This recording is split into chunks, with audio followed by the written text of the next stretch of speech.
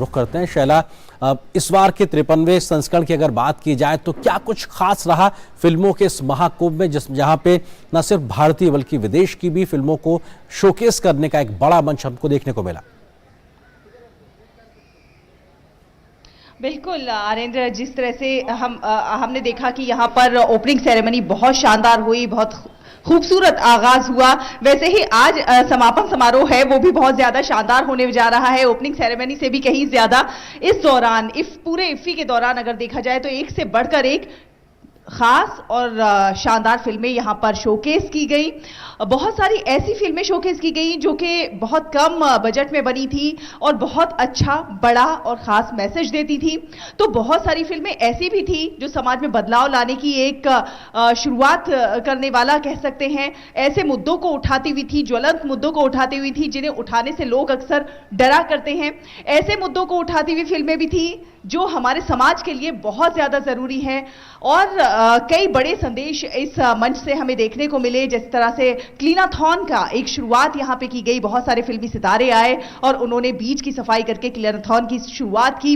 राजनीति के दिग्गजों के साथ फिल्मी सितारों का इफ्फी के इस मंच पर आना और एक संदेश देना कि आप सफाई कीजिए और अपने पर्यावरण को साफ रखिए, एनवायरनमेंट को साफ रखिए, क्योंकि इसी से, प्रकृति से ही हमारा जीवन है। हम इसके लिए शुरुआत करेंगे तभी आगे बाकी लोग भी अनुसरण करेंगे। और हम जानते हैं कि फिल्मी हस्तियों की बहुत बड़ी फैन फॉलोइंग होती है, बहुत बड़ी संख्या में लोग उनका अनुसरण करते हैं, इसलिए इन लोगों का जो संदेश होता है वो बहुत ज्यादा मायने भी रखता है।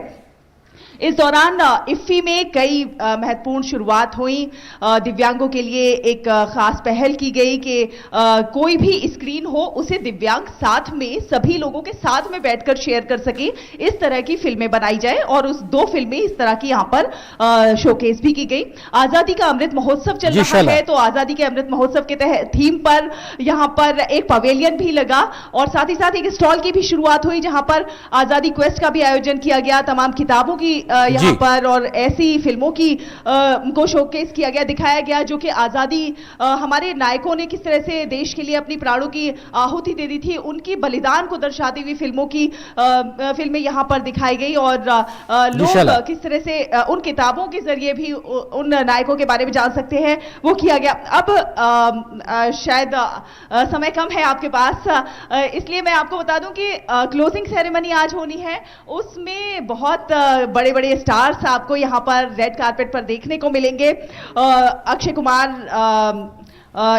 ईशा गुप्ता, आशा पारेख मैम और आयुष्मान खुराना, मानुषी छिल्लर, राणा दुगुबाती, आनंद राय, तमाम बड़े बड़े स्टार्स वहां आपको देखने को मिलेंगे। Film personality of the year का सम्मान मेगा स्टार चिरंजीवी को दिया जाएगा और उसके अलावा आपको कई सारी परफॉर्मेंसेस देखने को मिलें, डांस परफॉर्मेंसेस होंगी जिसमें बिल्कुल हमें भी उम्मीद है शाम के समापन समारोह को जिसको सबका इंतजार रहेगा। फिलहाल इस वक्त की हमारे पास कमी। बहुत शुक्रिया शैला हमारे साथ जुड़ने के लिए, इस विषय पर विस्तार से बात करने के लिए। कुछ और खबरों से आपको रूबरू कराते हैं। डिजिटल क्रांति के बाद अब काफी कुछ चीजें बदल गई है। पहले केंद्र सरकार